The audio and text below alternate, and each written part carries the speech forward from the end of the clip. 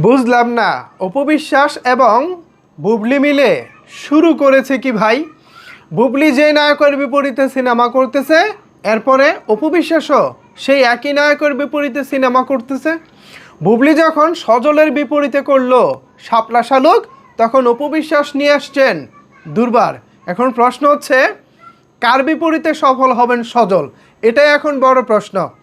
বুবলি এবং সজল ইতিমধ্যে শাপলা সিনেমার শুটিং করেছেন, আর সামনে শুটিং হবে অপবিশ্বাস এবং সজলের দুর্বার সিনেমার। এটা নিয়ে দেখলাম সোশ্যাল মিডিয়ায় মোটামুটি আলোচনা চলছে। সবাই বলতেছে বুবলি যেদিকে যায় অপবিশ্বাসও নাকি সেদিকে যায়। আমি আসলে ব্যাপারটিকে সেভাবে দেখব না, কারণ নায়ক কারো বাবার সম্পত্তি না, নায়ক কারো বাবার সম্পত্তি না। শাকিব খান যেমন অপবিশ্বাসের সঙ্গে সিনেমা করেছেন, তেমন বুবলির বিপরীতে করেছেন। অন্যান্য আরও 10-5টা নায়িকার সঙ্গেও তিনি কাজ করতেছেন। সো সজলও তো একজন হিরো, একজন নায়ক, তিনিও যে কোনো নায়িকার বিপরীতে কাজ করতে পারেন। এটা নিয়ে আসলে আমি মনে করি কাদা ছোড়াছুড়ি করা বা এটা নিয়ে প্রশ্ন তোলাটাই সম্পূর্ণ বোকামি ছাড়া আর কিছু না। আমি বরঞ্চ কথা বলতে চাই সাফল্য নিয়ে। মূলত বুবলি অপবিশ্বাস দুজনের বিপরীতেই সিনেমা আসছে সজলের। সজল গত 5-7 বছর ধরে তিনি ট্রাই করে যাচ্ছেন আমাদের ঢাকায় সিনেমায় ভালো কিছু কাজ করার জন্য, ভালো একটা অবস্থান তৈরি করার জন্য। তিনি তার মতো করে চেষ্টা করে যাচ্ছেন বটে, তবে এখনও পর্যন্ত তার কপালটা খুব একটা সুপ্রসন্ন মনে হচ্ছে না।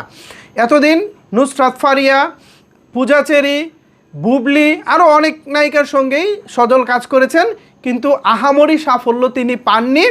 এমনকি আমি এটাও বলতে পারি, ভবিষ্যতে যদি তিনি সাফল্য পায়, আমার কাছে কেন জানি মনে হচ্ছে সেটা তিনি অপবিশ্বাসের বিপরীতেই পাবেন। বিকজ অপবিশ্বাসের জনপ্রিয়তাটা বুবলির তুলনায় সারা বাংলাদেশে একটু হলেও বেশি আছে।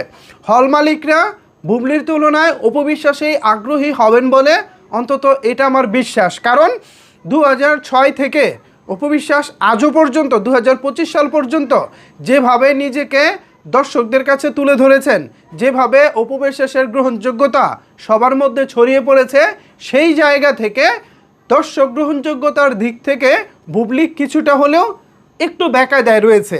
তার জনপ্রিয়তা শাকিব খান পর্যন্তই সীমাবদ্ধ ছিল। যতক্ষণ তিনি শাকিব খানের বিপরীতে কাজ করেছেন, ততক্ষণ তার সাফল্যের পাল্লাটা অনেক ভারী ছিল।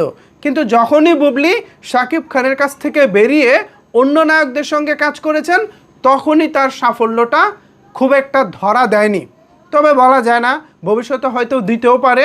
সম্প্রতি বুবলি অভিনীত জঙ্গলি সিনেমাটি মোটামুটি বেশ ভালোই চলেছে বলা যায়, সামনেও হয়তো বা ভালো চলতে পারে। তবে অপবিশ্বাসের যেই গ্রহণযোগ্যতা, অপবিশ্বাসের যে অবস্থান, এটা তাকে কিছুটা হলেও বেনিফিট দেবে এবং প্লাস পয়েন্ট দিবে। আমার কেন জানি মনে হচ্ছে একজন অপবিশ্বাসের শুভাকাঙ্ক্ষী হিসেবে সজল হয়তোবা অপবিশ্বাসকে দিয়েই প্রথম হিটের দেখা পাবেন। অন্তত এটা আমার ধারণা। আমার ধারণা মিথ্যেও হতে পারে। আমি দর্শক আপনাদের কাছে জানতে চাই, কি মনে হয় সজল কার বিপরীতে সাফল্য পাবেন, বুবলি নাকি অপবিশ্বাস? এ বিষয়ে আপনার মতামত জানাতে পারেন নিচের কমেন্টস বক্সে। ধন্যবাদ সবাইকে এতক্ষণ আমার সাথে থাকার জন্য।